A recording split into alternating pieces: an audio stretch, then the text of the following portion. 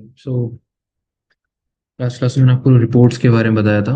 और एक तो प्रोफेशनल रिपोर्ट कैसे क्रिएट करते हैं वो मैंने आप लोगों को कवर किया था लास्ट क्लास में। आज हम लोग देख लेते हैं एक बार बग बाउंटी की रिपोर्ट। बग बाउंटी वाली रिपोर्ट बताई थी आप लोगों को मैंने। बग बाउंटी के लिए कैसे रिपोर्ट बनानी होती है, तो क्या क्या चीज़ें उसमें मेंशन करना होता है। जैसे आप लोगों ने वो देखा था प्रोफेशनल रिपोर्ट कैसे बनाते हैं बीएपीटी की। तो उसमें आप लोगों को मैंने बताया था कि आपको सबसे पहले तीन चीज़ें ज़रूरी होती है। एक तो एग्जीक्यूटिव समरी,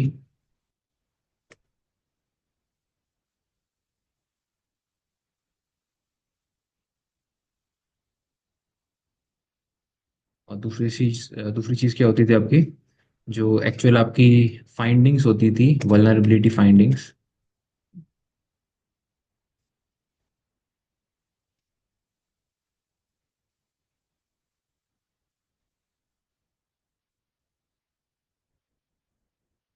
और तीसरी चीज़ क्या थी?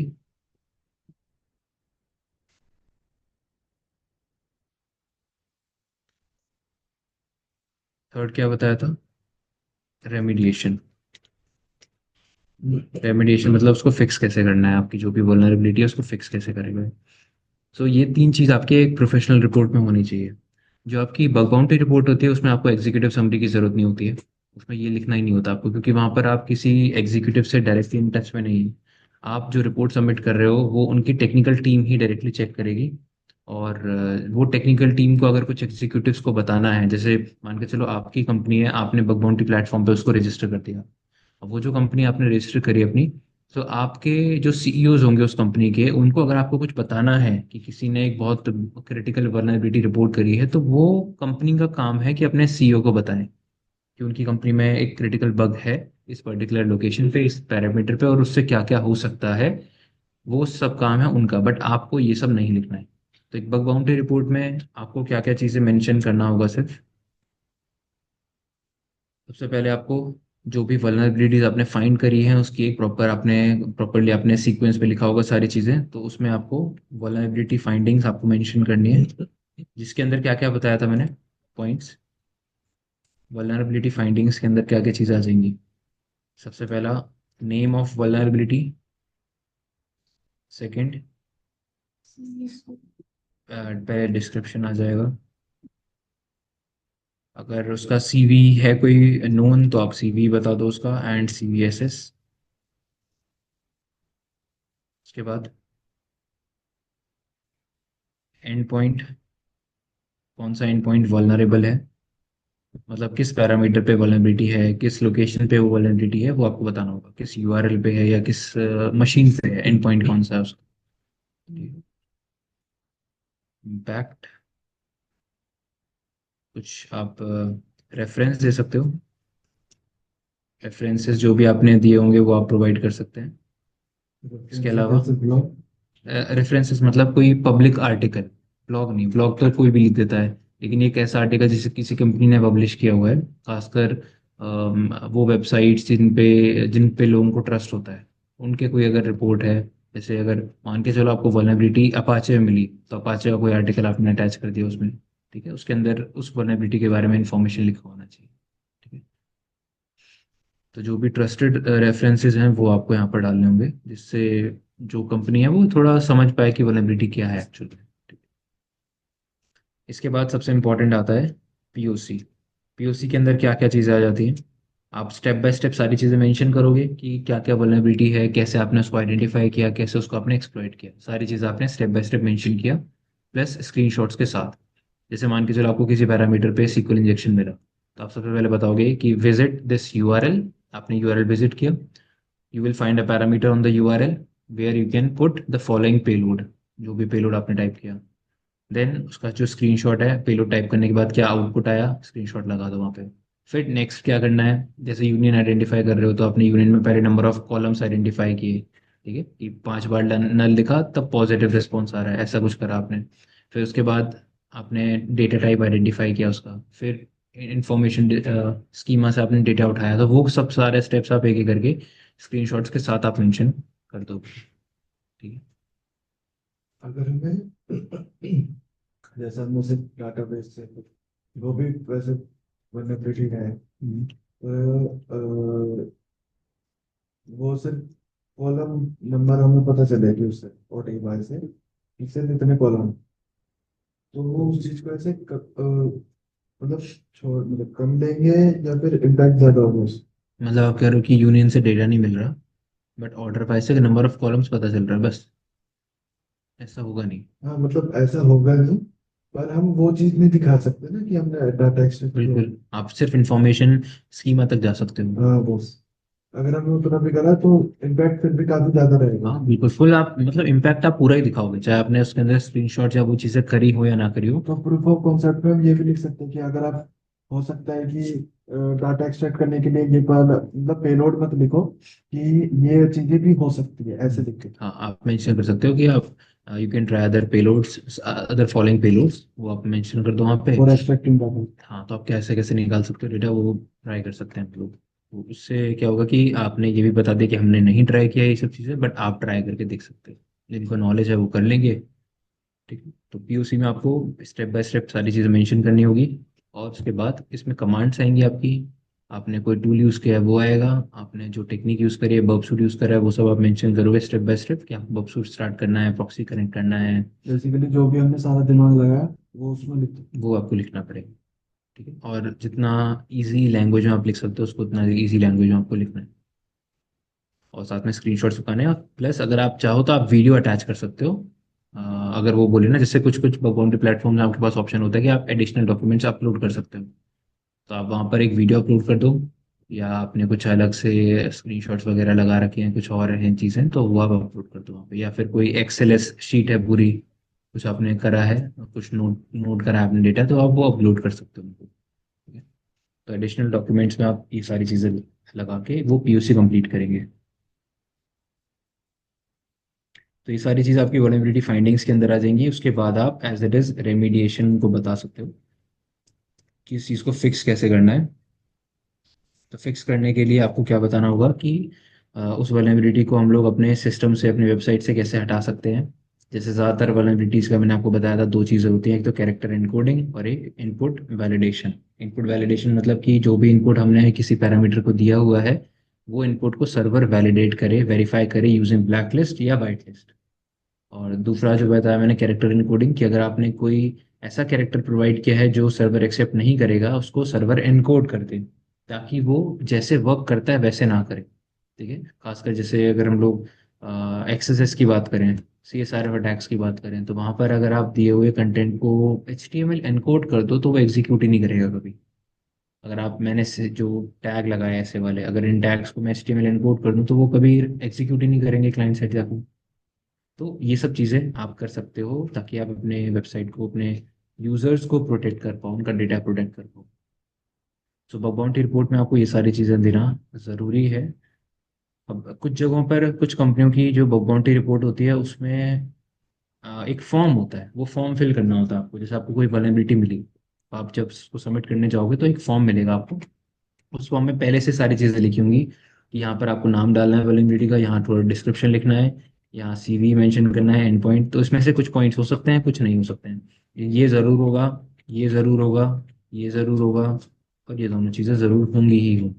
ठीक है, आप वो सारी चीज़ें वहाँ पे मेंशन कर दो, जो जो ब्लैंक्स आपको दिए हुए हैं, और सबमिट कर दो। आप रेमिडिएशन होगा उसके अंदर, तो आप जितना जानते हैं उतना आप रेमिडिएशन को सब बता दो। अदरवाइज थोड़ा ऑनलाइन रिसर्च करके बता दो कि अगर मेरे को किसी वेबसाइट पर एसक्यूएल इंजेक्शन मिला है तो उसको फिक्स कैसे कर सकते हैं। तो जो जो चीज़ें आपको ऑनलाइन पता चल रही हैं, या आपको पोर्ट्स वगैरह पे भी एंड में हर एक चीज़ लिखी हुई है, पोर्ट्स वगैरह अगर आप कर रहे हैं तो उसमें एंड में रेमिडिएशन लिखे होते हैं। आपने जो भी वल्नरेबिलिटी आइडेंटिफाई करना सीखा, एक्सप्लॉइट करना सीखा, उसके एंड में वहाँ पर वो मेंशन करते हैं कि आप कैसे उसको फिक्स कर सकते हो। तो जो तरीके आपने फिक्स करने के देखे हैं, वो वही आप यहाँ पर भी मेंशन। ठीक है, अदरवाइज ऑनलाइन थोड़ा रिसर्च करोगे तो आपको दो तीन चीज़ें एक्स्ट्रा मिल सकती हैं जिससे आप अलग अलग बग्स को टारगेट कर सकते हो। ठीक है, तो बग बाउंटी रिपोर्ट में ये सारी चीज़ आपको मेंशन करना है। समझ आ गया सभी को? ठीक है, बग बाउंटी वेबसाइट्स को फाइंड करने का ही मैंने आपको लास्ट क्लास में गूगल डॉक्स बताए थे कुछ, जिससे आप आइडेंटिफाई कर सकते हो। याद है, हमने ये चीज़ें डिस्कस करी थी लास्ट क्लास में कि हम लोग गूगल डॉक्स के थ्रू कैसे बग बाउंटी वेबसाइट्स को, खासकर जिन पर ट्रैफिक कम रहेगा, मैंने आपको बताया था कि बग बाउंटी प्लेटफॉर्म्स जो हैं वहाँ पर ट्रैफिक बहुत ज़्यादा है, पहले ट्रैफिक हैकर बना बकराउड पे था, अब वो कहीं ना कहीं ओपन बग बाउंटी प्लेटफॉर्म पे आ चुका है, आपके इंटीग्रिटी पे आ चुका है, साइनएक पे आ चुका है, धीरे धीरे वो ट्रैफिक बढ़ रहा है हर एक जगह पे। तो अब आप लोगों को अगर वहां पे ट्राई करना है कर सकते हो, कोई प्रॉब्लम नहीं है, बट अगर आप इंडिविजुअल कंपनी के खुद के वल्नरेबिलिटी डिस्क्लोजर प्रोग्राम पे टारगेट करोगे तो वहां से आपको ज़्यादा अच्छे रिजल्ट मिलेंगे। आप ये चाहोगे ना कि कोई अगर वल्नरेबिलिटी के लिए आपने कुछ घंटे लगाए हैं तो उसका रिजल्ट आपके पास अच्छा है, ऐसा ना हो कि वो डुप्लीकेट बताते, क्योंकि जितना ज़्यादा ट्रैफिक उस वेबसाइट पर होगा उतने ज़्यादा डुप्लीकेट बग निकलने के चांसेस हैं। ठीक है, कंपनी उस बग पे ऑलरेडी काम कर रही होगी जो आप सबमिट करोगे, तो उससे क्या होगा कि कंपनी वो बोलेगी कि ये डुप्लीकेट है, हमारे पास इसकी ऑलरेडी रिपोर्ट आ चुकी है। ठीक है, तो इस तरीके से आपको बेटर है कि आप जो भी वल्नरेबिलिटीज आइडेंटिफाई कर रहे हैं वो ऐसे प्लेटफॉर्म पे करिए, ऐसी जगह जाके करिए जहाँ पर आप ही हों शायद पूरी दुनिया में जो आप ही टेस्ट कर रहे हो सकता है, क्योंकि कॉमन वेबसाइट्स को ज़्यादातर लोग टारगेट नहीं करते हैं। ठीक है, तो उनको आइडेंटिफाई करने के लिए गूगल डॉक की लिस्ट, इसको बुक मार्क कर सकते हो आप लोग, बाउंटी डॉक्स। तो ये आएगी सुशी वुशी की लिस्ट है, docs.txt के अंदर आप जाएंगे तो यहाँ पर आपको सारे डॉक्स मिल जाएंगे जिनको आप जस्ट गूगल पे पेस्ट करिए और ये आपको अलग अलग तरीके की इन्फॉर्मेशन दे देगी। जैसे ये वाला देखो INR में आपको बता रहे हैं, ये वो आपके सामने वेबसाइट्स लेके आएगा जो INR में बाउंड्री पे कर देंगे।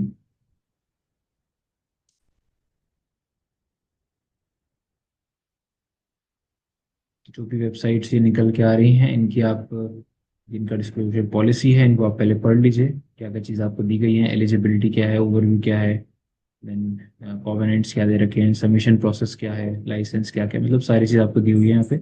एक एक करके आप सारी चीज़ें पढ़ते जाएंगे तो अच्छा, आपको जो क्या नाम उसका 18 साल से ऊपर होना चाहिए। और पेमेंट गेटवेज होते हैं, उसमें मैक्सिमम वल्नरेबिलिटी क्या है? पेमेंट गेटवे पे देखो सबसे जैसे पहले पे तो हो गया, रिजल्ट हो गया। उस पे देखो इंक्रिप्शन की होती है बट इंक्रिप्शन की नहीं होती है, क्योंकि इंक्रिप्शन वो करते हैं। ठीक है, तो इंक्रिप्शन के अलावा आप वहाँ पर सबसे पहले तो जो पैरामीटर टेम्परिंग है वो आप ट्राई कर सकते हो, पैरामीटर्स को चेंज कर पाना, कि अगर मैंने रिक्वेस्ट को रोक लिया तो क्या मैं प्राइस को टेम्पर कर पा रहा हूँ या नहीं कर पा रहा हूँ। बहुत बेसिक वल्नरेबिलिटी है बट आप ट्राई कर सकते हो पेमेंट गेटवे वाले पेज पे। इसके अलावा आप वहाँ पर डिपेंड करता है कि आप उसमें पैरामीटर्स क्या क्या दे रखे हैं, अगर उसमें कुछ ऐसे पैरामीटर्स हैं जिससे वो आपकी यूज़र इन्फॉर्मेशन दिखा रहा है आपको, तो वो इन्फॉर्मेशन किसी और की भी आप देख सकते हो आईडोर के थ्रू, आईडोर या ब्रोकन एक्सेस कंट्रोल के थ्रू। ठीक है, इसके अलावा अगर वहाँ पे कोई पैरामीटर रिफ्लेक्ट कर रहा है तो एक्सेस ऐसा आप देख सकते हो वहाँ पे। हेलो, हेलो, काम आ गया था थोड़ा सी, मैसेज नहीं कर पाया। ठीक है, चलो ओके। हम्म। तो जैसे कोई पैरामीटर अगर रिफ्लेक्ट कर रहा है तो आप वहाँ पर एक्सेस आप टारगेट कर सकते हो। ठीक है, मतलब अलग अलग वल्नरेबिलिटीज है जो आप कहीं ना कहीं थोड़ी फंक्शनैलिटी चेक करोगे पहले कि वो पेमेंट गेटवे क्या कर रहा है। पेमेंट गेटवे बहुत लिमिटेड फंक्शनैलिटीज के साथ होते हैं, उसमें ज़्यादा कुछ नहीं होता। तो वो डिपेंड करता है कि आपके जो भी पेमेंट के आप गेटवे आप यूज़ कर रहे हो, रेजर पे का है या किसी और का है, तो वो क्या क्या चीज़ें आपको दिखा रहा है पेज पे। नहीं, कई एपीआई होते हैं। हाँ, वो सारी APIs के थ्रू काम, क्योंकि उनका और कुछ काम ही नहीं है, वो सिर्फ आपके पेमेंट को वेरीफाई करेंगे और आपकी इन्फॉर्मेशन को वेंडर तक नहीं पहुंचने देंगे। ठीक है, ना खुद रखेंगे ना वेंडर तक पहुंचने देंगे आपकी इन्फॉर्मेशन को। ठीक तो ये है, डेटा पे। प्लस वो आपकी डेटा को हैश करके भी भेजता है वो, मतलब जो भी कार्ड इन्फॉर्मेशन वो उठाएगा उसको हैश के फॉर्म में भी वो सेंड करता है, तो उसके बैकएंड की वर्किंग है बेसिकली कैसे वर्क कर रहा है। अच्छा, जो जैसे कोई वेबसाइट है, जैसे मामाअर्थ हो गई या फिर अमेजोन वगैरह कुछ भी हो गई, हम्म। तो उस पे जो इन्फॉर्मेशन रहेगी और जो पेमेंट गेट पे लेके जा रहा है, वो एनकोड करके लेके जाएगा ना? दोनों चीजें अलग अलग है ना? हाँ, दोनों चीज़ें अलग अलग हैं, दोनों प्लेटफॉर्म अलग अलग हैं। आपका अमेजोन ने किसी पेमेंट गेटवे के साथ अपना इंटीग्रेशन करा होगा कि जो भी उनके यूजर्स होंगे जो पेमेंट करेंगे किसी गेटवे पे जाके करेंगे, तो उन्होंने वो इंटीग्रेट कर दिया। जैसे आप चेकआउट पे क्लिक करोगे आप तुरंत रीडायरेक्ट हो जाओगे पेमेंट गेटवे पे। तो तो वो जो लिमिटेड इन्फॉर्मेशन के साथ जाएगा पेमेंट गेटवे पे, वो जिसमें आपके अमाउंट होगा, उसको ये नहीं पता कि आप क्या प्रोडक्ट खरीद रहे हो, उसे सिर्फ इतना पता है कि आप ना, ये पता कि आपने किस एड्रेस पे डिलीवर करना है, आपने आपने अपना नाम क्या दिया है, अपना एड्रेस क्या दिया हुआ है, उसे सिर्फ उस कार्ड की इंफॉर्मेशन से मतलब है जिस कार्ड से आप पेमेंट करना चाह रहे हो। पे करेंगे। हाँ, तो जो भी आप डेबिट कार्ड क्रेडिट कार्ड आप यूज़ कर रहे हो, उस कार्ड की इंफॉर्मेशन जो आप दोगे वो उससे मतलब रखता है, और किसी से मतलब नहीं रखेगा। ठीक है। तो पेमेंट गेटवे को सिर्फ अमाउंट चाहिए कि मुझे कितना अमाउंट लेना है यूजर से, कितना अमाउंट प्रोसेस करवाना है उसका, वो अमाउंट चाहिए उसको। और बाकी आप इंफॉर्मेशन अपनी डालोगे, कार्ड की इंफॉर्मेशन वो ना वेंडर के साथ शेयर की जाएगी जो अमेजोन है, ना ही जो रेजर पे है उनके पास भी वो इंफॉर्मेशन स्टोर होगी। मतलब सिर्फ वेरीफाई कि पैसे दिए या नहीं दिए बस बस। इतना वेरीफाई करेगा आपके, अब पेमेंट जो कटेगा आपके अकाउंट से वो पेमेंट गेटवे काटेगा। ठीक है। तो इस तरीके से ये होगा। ठीक है। सो अभी गाइडलाइंस वगैरह मैंने पहले भी डिस्कस की थी आप लोगों के साथ, गाइडलाइंस हाँ, क्या होती हैं, तो वो गाइडलाइंस आपको थोड़ा ध्यान से पढ़ना है सेम इसमें, खासकर आपको नहीं ये वाली तो नहीं होगी शायद, पिछली बार भी यही वाली। ये वाली थी PayU.in, ये पहली बार ओपन करी है मैंने। अच्छा सही। कोई और थी वो, बट हाँ आपको ऑलमोस्ट जो मेन चीज़ें हैं जो चेक करनी है, वो तो स्कोप होगा कि आपको कौन कौन से डोमेन्स टारगेट करने हैं और कौन कौन सी वल्नरेबिलिटीज स्कोप के अंदर रखनी है। जैसे उसने बता दिया आपको कि वल्नरेबिलिटीज ये सारी अगर आपको मिलती है तो आप सबमिट कर सकते हो उसको। ठीक है, बहुत सारी यहाँ पे दी हुई है आपके, ये सारे हो गया। डायरेक्टरी ट्रेवर्सल हो गया, प्रिविलेज एस्केलेशन के लिए हुए, आपका ब्रोकन एक्सेस कंट्रोल हो गया यहाँ पे। फिर आपका रिमोट कोड एग्जीक्यूशन अगर मिलता है तो बहुत बड़ी बात है वेबसाइट पे।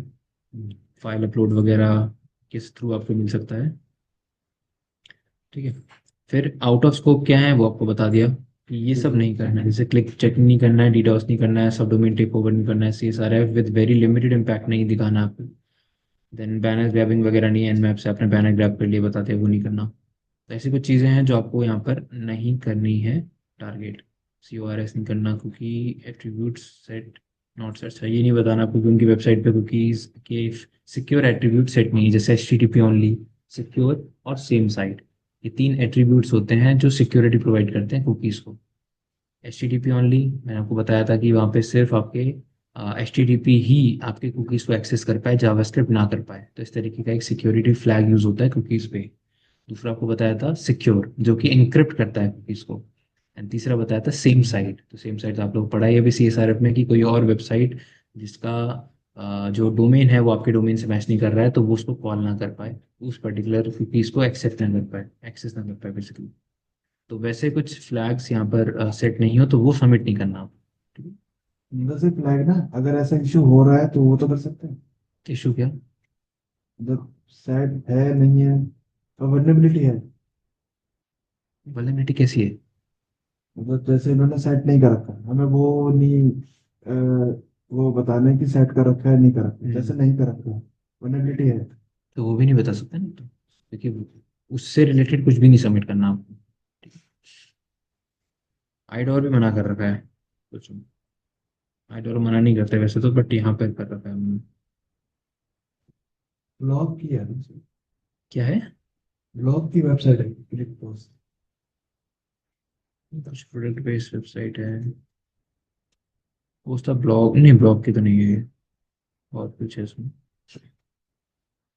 अच्छा, logistic management platform. Okay, logistics, उसमें कुछ ना कुछ होगा जिससे निकले आइडोर पहले ही मना कर दिया। आपको ठीक बग है। मिल सकते हैं 1500 से लेकर 14,000 तक के। ठीक है। तो ये आपको इन्फॉर्मेशन मतलब बहुत सिंपल लैंग्वेज में लिखा हुआ हम लोगों ने, ज़्यादा कुछ वो, क्योंकि जैसे इस वाली वेबसाइट का देखोगे तो आप बहुत सारी चीज़ें इससे मेंशन कर रखी है, अब इतनी गाइडलाइंस पढ़ते पढ़ते आप बोल समझे, इतनी सारी चीज़ें इसमें दे रखी है, बट हाँ यहाँ पर आपको बेसिकली बता दिया कि क्या करना है क्या नहीं करना है, बस उसी चीज़ से मतलब होना चाहिए। एंड कैसे आपको सबमिट करना है, तो आपको ईमेल करना है इनको। तो आप जो ईमेल करोगे, ईमेल में आप जो कंटेंट लिखोगे वो यही होगा जो मैंने बताया। आप सबसे पहले स्टार्ट करोगे वल्नरेबिलिटी फाइंडिंग्स के हेडिंग से, उसमें आप एक एक वल्नरेबिलिटी का, जैसे पहली वल्नरेबिलिटी है तो पहली वल्नरेबिलिटी का नाम, उसका डिस्क्रिप्शन, उसका CV, सब कुछ एक साथ रेमिडिएशन के साथ। फिर सेकंड वल्नरेबिलिटी पे आप जाओगे, सेकंड वल्नरेबिलिटी का नाम, डिस्क्रिप्शन और सब कुछ, फिर थर्ड, फोर्थ, फिफ्थ। और बग बाउंटी में नॉर्मली हम एक रिपोर्ट में एक ही बग सबमिट करते हैं, ऐसा नहीं कि आपने एक में 10-15 डाल दी, उनसे मतलब नहीं है उनको उनको हर एक वल्नरेबिलिटी इंडिविजुअल आपको सबमिट करनी होगी। तो ये चीज़ बहुत इंपॉर्टेंट है ध्यान में। जैसे मान के चलो आप एक वेबसाइट पे बग ढूंढ रहे हो और आपको दो तीन बग एक साथ दिख गए, चाहे वो कोई भी सीवियरिटी के हो, तो आप सबसे पहले जो सबसे ज़्यादा क्रिटिकल है वो सबमिट करो, सबसे ज़्यादा जो खतरनाक हो, क्योंकि हो सकता है कि तब तक आप उसको बाद में सबमिट करो तब तक कोई और सबमिट कर दे उसको। ठीक है। तो जो सबसे ज़्यादा क्रिटिकल है वो आप सबमिट करिए, फिर जो उसके नीचे नीचे वाले बग्स हैं, देखो आपको थोड़ा बग बाउंटी जब आप करोगे तो आपको पता चल जाएगा कि वो वल्नरेबिलिटी सबसे मान के चलो आपको तीन चार वल्नरेबिलिटीज मिली, आपको ये पता चल जाएगा कि उसमें सबसे खतरनाक कौन सी है, किसमें सबसे ज़्यादा डेटा मुझे एक्सेस हो रहा है, किसमें मुझे सर्वर पे कमांड रन करने का ऑब्जेक्टिव हो रहा है, अचीव हो रहा है, या मैं कुछ एसक्यूएल डेटाबेस से कुछ एक्सेस कर पा रहा हूँ। तो आपको जो भी हो पा रहा है उसको आप पहले मेंशन करो, फिर बाकी चीज़ आप एक एक करके रिपोर्ट करो। ठीक है। मेरे हाँ, से चार करेंगे। अलग नहीं नहीं, मेल तो आपकी होगी, आप मेल तो आपकी होगी, बट चार अलग अलग मेल इनके पास जाएगी आपके आपके सिस्टम से। और हर किसी के सब्जेक्ट में आप उस बग का नाम लिख दोगे कि vulnerability disclosure for SQL injection, अच्छा, या हमें वल्नरेबिलिटी। चार रिपोर्ट अलग अलग सबमिट अलग करनी अलग रिपोर्ट बनाओगे, अलग अलग मेल से भेजोगे वो रिपोर्ट। ठीक है, ताकि कंपनी भी उसको अलग अलग प्रोसेस करे। है, अलग अलग मेल से।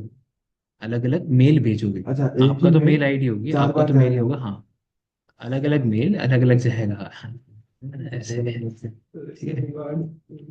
नहीं नहीं यार, अलग अलग इसमें इसलिए तो कह रहा हूँ, वो अलग अलग बग को अलग अलग प्रोसेस करके फिर बार बार अलग अलग के लिए आपको जो भी रिकॉर्ड रिवॉर्ड होगा ना वो मिलेगा आपको। इसमें जो ऊपर था ना, इसमें सबसे ऊपर वाला जो पॉइंट था, ये if a bug is discovered it must be not publicly disclosed before being fixed by click public host. Source. तो इसका मतलब जो ये है ना कि इतने पब्लिकली नहीं होना चाहिए, हमें नहीं करना है या वहां पे नहीं होना चाहिए, क्या? जो हम बग वो करेंगे रिपोर्ट। आप इस लाइन का मतलब ये है कि अगर आपको कोई बग मिलता है तो आप उसको रिपोर्ट नहीं, उसको पब्लिकली अपलोड नहीं कर दोगे कि आपने अपना मीडियम पे डाल दिया या अच्छा, लिंक्डइन पे डाल दिया ब्लॉग कि, बना दिया उसको। जब तक वो फिक्स ना हो जाए। जब क्लिक पोस्ट उसको फिक्स कर ले, तब आपको जहां डिस्क्लोज करना है वहां डिस्क्लोज कर दो उसको। और उसमें भी जैसे बहुत लोग क्या करते हैं ना, बग मिला आपको तो आपने यहाँ पर डिंडोरा पीट दिया कि भाई हाँ, मेरे को बग मिला है, ये है वो और है। कुछ लोग उसको वो करते हैं कि फिर भी डाल देते हैं कुछ हाइड करके हाइड सेक्शन को, करके बट चीजें, तो वो आपको भी नहीं बेकार डालना है। है, नहीं डालना है। नहीं अगर डालना कंपनी को पता चल गया तो वो आपके इस सेक्शन के ऊपर कोई एक्शन ले सकती है। ठीक है। तो वो नहीं करना है जब तक वो बग कंप्लीटली। लोग क्या करते हैं, बग डिस्क्लोज होने के बाद भी कंपनी का नाम एक्सपोज नहीं करते हैं। हाँ वो नहीं करेंगे। अगर आप अच्छे बग टेंडर हो तो आप नहीं करोगे हाँ कंपनी का नाम एक्सपोज। अगर आपका बग फिक्स हो गया, सब कुछ हो गया, आपको बाउंड्री मिल गई, अब आप अगर डालना चाहते हो डालो, क्योंकि इससे क्या होता है कि आपका पोर्टफोलियो बिल्ड होगा। आपके प्रोफाइल से लोगों को पता चलेगा कि हाँ आप ये चीज़ें करते हो, आप डालो, बट हाँ चीज़ें हाइड करके डालो। जो जो जैसे कंपनी का नाम आ रहा है, जहाँ पर पैरामीटर आ रहा है, यूआरएल आ रहा है, उनमें थोड़ी थोड़ी चीज़ें उसको ब्लर कर दो, हाइड कर दो, और फिर उन चीज़ों को अपलोड कर दो, ताकि अगर कोई उसको देख रहा है तो वो ये समझेगा कि हाँ वो आपने एक वैलिड बग फाइंड किया है। ये चीज है ना कि वो किसी को समझाने के लिए नहीं, कि ये दिखाने के लिए कि मैं कर रहा हूँ। हाँ मैं कर रहा हूँ, बस इतना दिखाना है। ठीक है, किस वेबसाइट पे है क्या है वो नहीं बताना। ठीक है। तो ये लिखा हुआ है पीओसी के अंदर सारे स्टेप्स होने चाहिए रिप्रोड्यूस करने के लिए इसमें।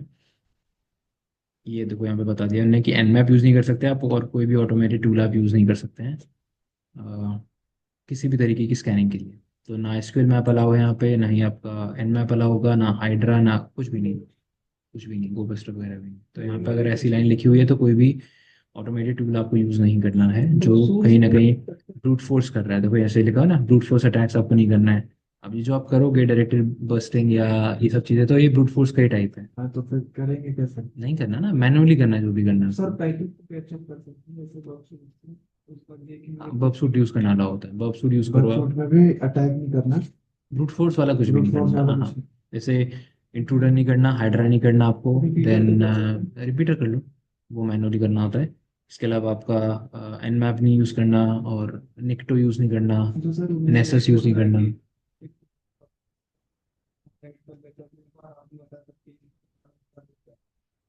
कि इसको बता देता है कि पहले इस स्पेसिफिक एरिया में वल्नरेबिलिटी है, हम्म। उन उनका भी इसमें यूज कर सकते हैं, जैसे लगा देते हैं इसके अंदर पे जाके। क्या बोलते हैं आपका ये, एक क्या बोलते हैं एक्सटेंशंस बब सूट के, बब एक्सटेंशंस की बात कर लो, वो यूज़ कर सकते हो, उसमें से कोई ब्रूट फोर्स वाला नहीं होना चाहिए। ठीक है। कुछ जैसे भी होता यूज। क्या है ना, जैसे अब मैंने आप लोगों को एक बताया था, कोलैबोरेटर एवरीवेयर। है ना, वो आपको SSRF जैसी वल्नरेबिलिटी, मतलब वो वल्नरेबिलिटी बताएगा जहाँ पर आप कोलैबोरेटर सर्वर का यूआरएल डाल सकते हो। ठीक है।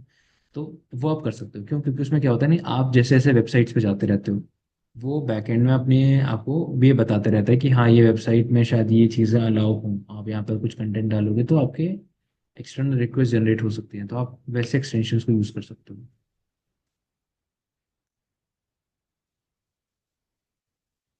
ठीक है, तो इस तरीके के वेबसाइट्स को आप टारगेट करिए, आपको लिस्ट में जैसे सबसे ऊपर आ रहे हैं तो हो सकता है इन पे भी बहुत लोगों ने टारगेट, बहुत लोग टारगेट कर रहे हैं इसको, तो कहीं ना कहीं आप लिस्ट में नीचे जाइए और स्टार्ट करिए कहीं ना कहीं से भी वनएबिलिटीज को आइडेंटिफाई करना, और उसके बाद फिर आप अ, जो भी रिपोर्ट आपको मिलती है वो आप मेल करके उनको सबमिट कर सकते हैं।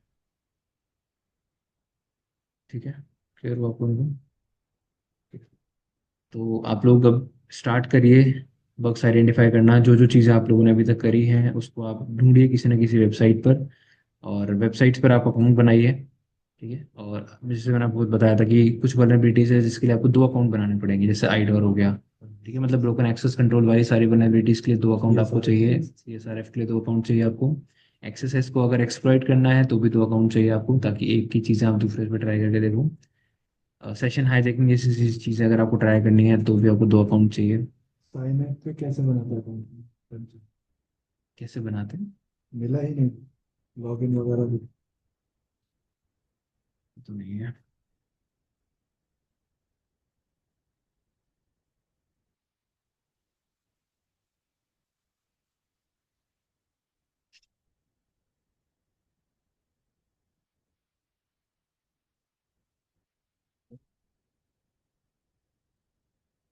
लॉगिन का ऑप्शन दे रहा है।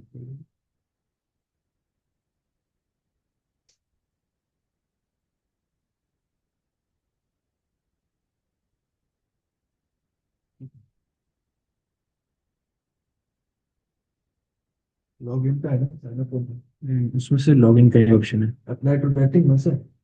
कहाँ है? हम्म,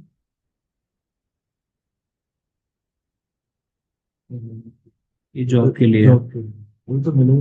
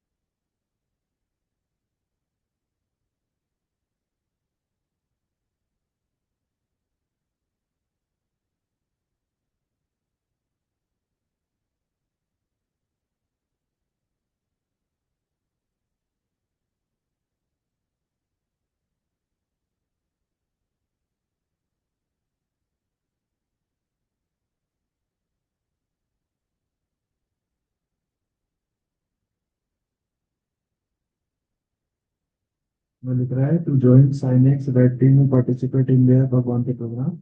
You will need to start by applying with your CV and some personal information. You have to apply You will need to start up by applying with your CV. With CV। जो कि CV देके पता लगाएंगे कि भगवान के programme में कर सकते हैं। पहले ऐसा नहीं था, ये चेंजेस इन लोगों ने अभी। तो पहले आपको यहाँ पे जैसे हैकर वन में है ना कि उनके आपको थोड़े CTF सॉल्व करने होंगे, उसके बाद ही आपको बग बाउंटी करने का ऑप्शन देंगे, ऐसा कॉन्सेप्ट है। हैकर बन गए। हैकर वन पे हैकर बन है के खुद पहले। के सीपीओ। हाँ, उनके कुछ के CTF उनके हैं, CTF.hackerone.com करके है, तो वो CTF आपको सॉल्व करने होंगे ताकि वो आपको ऑप्शन अलाउ करें कि आप किसी वेबसाइट पे बग आइडेंटिफाई कर पाओ, क्योंकि पहले ये सब चीज़ें ओपन टू ऑल थी तो बहुत सारा ट्रैफिक बढ़ जाता था, और कुछ लोग को नहीं आता था वो कुछ भी कर देते थे। तो जिन लोगों को नॉलेज है सिर्फ वही लोग कर पाए, तो ऐसे ही शायद इनका भी कुछ कॉन्सेप्ट आ चुका है कि आपको पहले अपने आपको अपना CV दिखाना है उनको, एंड तभी आप ज्वाइन कर सकते हैं। CV के मेंशन किया होगा ना उन्होंने, जहाँ पे आप पढ़ रहे हो उसमें लिखा होगा ना कहाँ मेल करना है हमको। ये ये साइड वाला, ये पे। ये जो सबसे नीचे आ रहा है ना, अप्लाई टू दैट थिंग। ये वाला SRT। ये नहीं, सबसे नीचे, पेज के सबसे नीचे, पूरा अप्लाई टू दैट, ये वही है।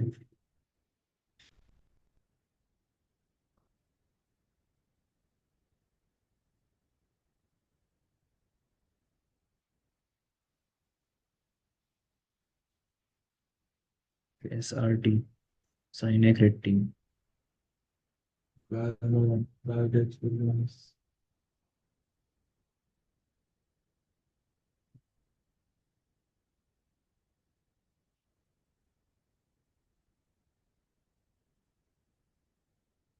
इनको ऐसे जॉब दे रहे हैं। पूरा आपको फिल करना है, इनका अलग तरीका अपना। कर दो इसको आप लोग फिल, जब नहीं है आप लोग फिल करिए इसको। एंड यहाँ पर आपको और भी कम ट्रैफिक मिलेगा फिर, क्योंकि उन लोगों ने हाँ वो ओपन टू भी वॉल है। नहीं कर रखा।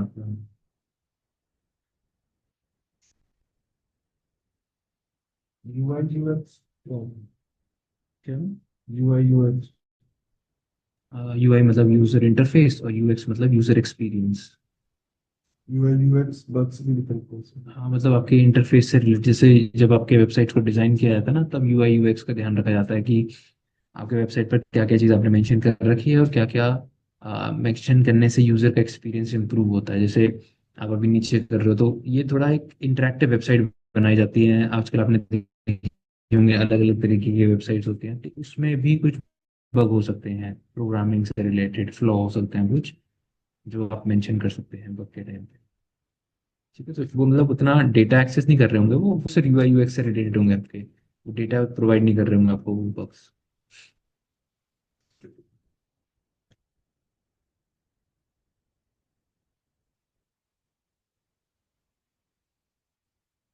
ठीक है, आप लोग तो इस पे अब आप लोग काम करना स्टार्ट करिए। एंड अगर आप लोगों का डाउट है कोई, तो हम लोग एक सेशन और रख सकते हैं नेक्स्ट क्लास वाला, वेडनेसडे को। डाउट नहीं है तो आप लोग ढूंढना स्टार्ट करिए बग्स, और जब कोई बग मिलता है तो रिपोर्ट बनाइए उसकी, मुझे दिखाइए रिपोर्ट ठीक है या नहीं, मैं उसको फिर बताता हूँ सही है या नहीं। तो उसको तो पहले आप लोग स्टार्ट करिए, थोड़ा टाइम आपको निकालना पड़ेगा, मज़ा आएगा, एक बार एक बग मिल जाएगा ना आप लोगों को, फिर मज़ा आने लगेगा। बट इसीलिए कह रहा हूँ कि आप लोग इन पे मत बनाओ साइन ऐप, और इस पे मत जाओ। डायरेक्टली आप लोग स्टार्ट करो जो ओपन डिस्क्लोजर प्रोग्राम से, वहाँ से, क्योंकि वहाँ पे बहुत ज़्यादा चांसेस है बग मिलने के।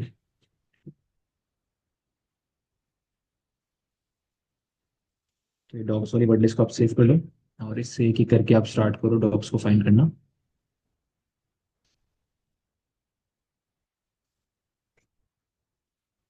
डॉट बी आर तो वे है ना, ये तो .br फैन। अलग अलग कंट्रीज के जो वे होते हैं। हाँ BR होता है ब्राज़ील का, जैसे आपका CN लिखा हुआ है, UK है, DE जर्मनी का है, CN कनाडा है कनाडा। शायद, नहीं CA होता है कनाडा, CN कुछ और है। और आपका UK हो गया, UK यूनाइटेड किंगडम। जैसे अलग अलग कंट्रीज की भी वेबसाइट्स को टारगेट करने का ऑप्शन दे रहेगा। ठीक है, तो इसको आप लोग करिए, जितना जल्दी आप लोग करेंगे उतना अच्छा रहेगा।